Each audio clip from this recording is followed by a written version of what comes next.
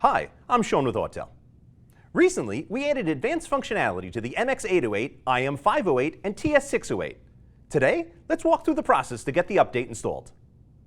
First, you need to install some additional memory as we're adding more functions than these tools have ever had. We recommend a maximum of 32 gigabytes for optimal performance. Make sure it is a micro SDHC with UHS 1. After installing, you need to go to Data Manager, then Vehicle Management. Now, one by one, select these brands and move them onto the new storage you have created with your SD card.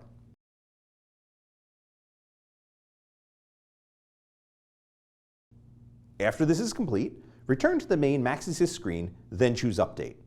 Now, install the update for the main brands that you service in your shop, as this update will include the new functionality we've talked about.